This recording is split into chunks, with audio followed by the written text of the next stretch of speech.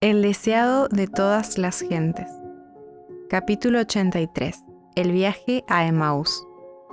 Este capítulo está basado en Lucas 24, 13 al 33. Hacia el atardecer del día de la resurrección, 2 de los discípulos se hallaban en camino a Emaús, pequeña ciudad situada a unos 12 kilómetros de Jerusalén. Estos discípulos no habían tenido un lugar eminente en la obra de Cristo, pero creían fervientemente en Él. Habían venido a la ciudad para observar la Pascua y se habían quedado muy perplejos por los acontecimientos recientes. Habían oído las nuevas de esa mañana, de que el cuerpo de Cristo había sido sacado de la tumba y también el informe de las mujeres que habían visto a los ángeles y se habían encontrado con Jesús. Volvían ahora a su casa para meditar y orar. Proseguían tristemente su viaje vespertino hablando de las escenas del juicio y de la crucifixión. Nunca antes habían estado tan descorazonados, sin esperanza ni fe, caminaban en la sombra de la cruz. No habían progresado mucho en su viaje cuando se les unió un extraño, pero estaban tan absortos en su lobreguez y desaliento que no lo observaron detenidamente. Continuaron su conversación expresando los pensamientos de su corazón. Razonaban acerca de las lecciones que Cristo había dado que no parecían poder comprender. Mientras hablaban de los sucesos que habían ocurrido, Jesús anhelaba consolarlos. Había visto su pesar, comprendía las ideas contradictorias que, dejando a su mente perpleja, los hacían pensar. ¿Podía este hombre que se dejó humillar así ser el Cristo? Ya no podían dominar su pesar y lloraban.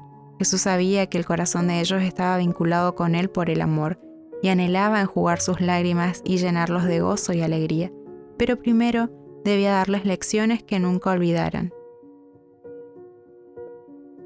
Entonces les dijo: ¿Qué son estas cosas que discuten entre ustedes mientras caminan?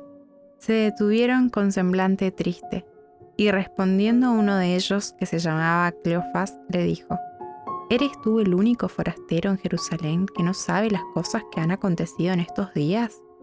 Ellos le hablaron del desencanto que habían sufrido respecto a su maestro, que era un hombre profeta, poderoso en obras y en palabras delante de Dios y de todo el pueblo. Pero los principales sacerdotes y nuestros dirigentes, les dijeron, le entregaron a condenación de muerte y le crucificaron. Con corazón apesadumbrado y labios temblorosos añadieron: Mas nosotros esperábamos que Él era el que había de redimir a Israel. Y ahora, sobre todo esto, hoy es el tercer día que esto ha acontecido. Era extraño que los discípulos no recordasen las palabras de Cristo ni comprendiesen que Él había predicho los acontecimientos que iban a suceder. No comprendían que tan exactamente como la primera parte de su revelación, se iba a cumplir la última, de que al tercer día resucitaría. Esta era la parte que debieran haber recordado. Los sacerdotes y príncipes no lo habían olvidado. El día después de la preparación se juntaron los príncipes de los sacerdotes y los fariseos a Pilato, diciendo: Señor, nos acordamos que aquel engañador dijo: viniendo aún, después de 3 días, resucitaré. Pero los discípulos no recordaban estas palabras. Entonces él les dijo: Oh insensatos y tardos de corazón, para creer todo lo que los profetas han dicho. ¿No era necesario que el Cristo padeciera estas cosas y que entrara en su gloria? Los discípulos se preguntaban quién podía ser este extraño, que penetraba así hasta su misma alma, hablando con tanto fervor, ternura y simpatía, y alentaba tanta esperanza. Por primera vez desde la entrada de Cristo, empezaron a sentirse esperanzados. Con frecuencia miraban fervientemente a su compañero y pensaban que sus palabras eran exactamente las que Cristo había hablado. Estaban tan llenos de asombro y su corazón palpitaba de gozosa expectativa. Empezando con Moisés, alfa de la historia bíblica, Cristo expuso en todas las Escrituras las cosas concernientes a Él. Si se hubiese dado a conocer primero, el corazón de ellos habría quedado satisfecho. En la plenitud de su gozo no había deseado más. pero era necesario que comprendiesen el testimonio que le daban los símbolos y las profecías del Antiguo Testamento. Su fe debía establecerse sobre estas. Cristo no realizó ningún milagro para convencerlos, sino que su primera obra consistió en explicar las Escrituras. Ellos habían considerado su muerte como la destrucción de todas sus esperanzas. Ahora les demostró por los profetas que era la evidencia más categórica para su fe. Al enseñar a estos discípulos, Jesús demostró la importancia del Antiguo Testamento como testimonio de su misión. Muchos de los que profesan ser cristianos ahora descartan el Antiguo Testamento y aseveran que ya no tiene utilidad, pero tal no fue la enseñanza de Cristo. Tan altamente lo apreciaba que en una oportunidad dijo: «Si no oyen a Moisés y a los profetas, tampoco se persuadirán si alguno se levantare de los muertos». Es la voz de Cristo que habla por los patriarcas y los profetas desde los días de Adán hasta las escenas finales del tiempo. El Salvador se revela en el Antiguo Testamento tan claramente como en el Nuevo. Es la luz del pasado profético lo que presenta la vida de Cristo y las enseñanzas del Nuevo Testamento con claridad y belleza. Los milagros de Cristo son una prueba de su divinidad, pero una prueba aún más categórica de que Él es el Redentor del mundo se halla al comparar las profecías del Antiguo Testamento con la historia del Nuevo. Razonando sobre la base de la profecía, Cristo dio a sus discípulos una idea correcta de lo que había de ser en la humanidad.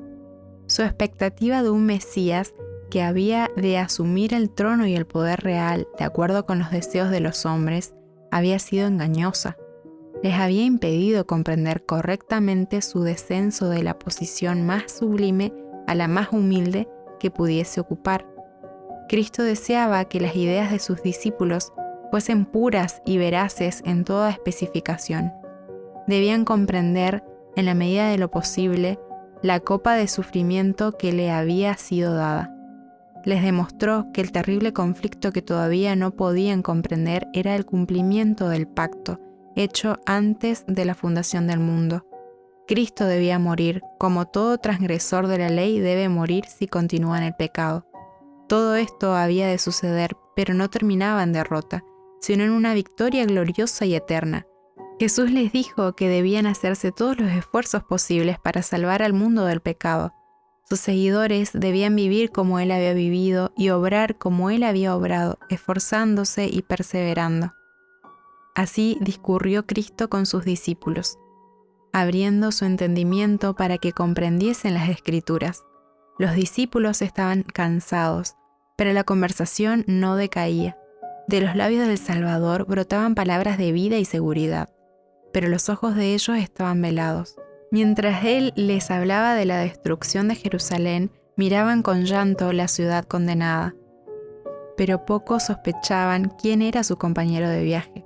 No pensaban que el objeto de su conversación estaba andando a su lado, porque Cristo se refería a sí mismo como si fuese otra persona. Pensaban que era alguno de aquellos que había asistido a la gran fiesta y volvía ahora a su casa. Andaban tan cuidadosamente como ellos sobre las torcas piedras, deteniéndose de vez en cuando para descansar un poco.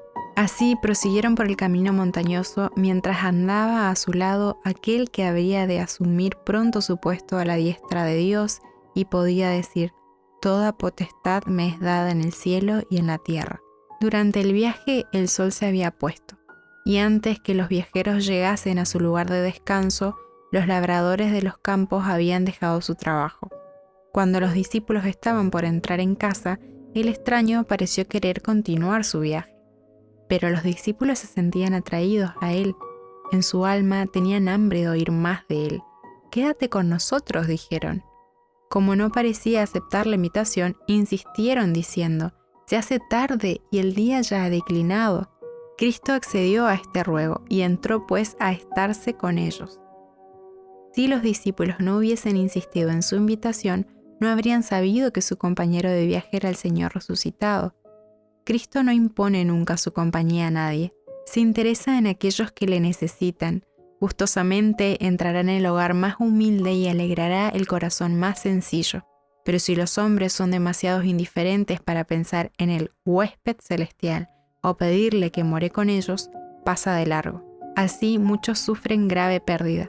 No conocen a Cristo más de lo que le conocieron los discípulos mientras andaban con él en el camino. Pronto estuvo preparada la sencilla cena de pan. Fue colocada delante del huésped que había tomado su asiento a la cabecera de la mesa. Entonces alzó las manos para bendecir el alimento. Los discípulos retrocedieron asombrados. Su compañero extendía las manos exactamente como solía hacerlo su maestro. Vuelven a mirar y he aquí que ven en sus manos los rastros de los clavos. Ambos exclaman a la vez: ¡Es el Señor Jesús! ¡Ha resucitado de los muertos! Se levantan para echarse a sus pies y adorarle, pero ha desaparecido de su vista. Miran el lugar que ocupaba aquel cuyo cuerpo había estado últimamente en la tumba y se dicen uno al otro: ¿no ardía nuestro corazón en nosotros mientras nos hablaba en el camino y cuando nos abría las Escrituras? Pero teniendo esta gran nueva que comunicar, no pueden permanecer sentados conversando. Han desaparecido su cansancio y su hambre, dejan sin probar su cena, y llenos de gozo vuelven a tomar la misma senda por la cual vinieron, apresurándose para ir a contar las nuevas a los discípulos que estaban en la ciudad. En algunos lugares el camino no es seguro, pero trepan por los lugares escabrosos y resbalan por las rocas lisas. No ven ni saben que tienen la protección de aquel que recorrió el camino con ellos. Con su bordón de peregrino en la mano, se apresuran deseando ir más ligero de lo que se atreven. Pierden la senda, pero la vuelven a hallar. A veces corriendo, a veces tropezando, siguen adelante, con su compañero invisible al lado de ellos todo el camino. La noche es oscura, pero el sol de justicia resplandece sobre ellos. Su corazón salta de gozo. Parecen estar en un nuevo mundo. Cristo es un Salvador vivo. Ya no le lloran como muerto. Cristo ha resucitado, repiten vez tras vez. Tal es el mensaje que llevan a los entristecidos discípulos. Deben contarle la maravillosa historia del viaje a Emaús. Deben decirles quién se les unió en el camino. Llevan el mayor mensaje que fuera jamás dado al mundo, un mensaje de alegres nuevas, de las cuales dependen las esperanzas de la familia humana para este tiempo y para la eternidad.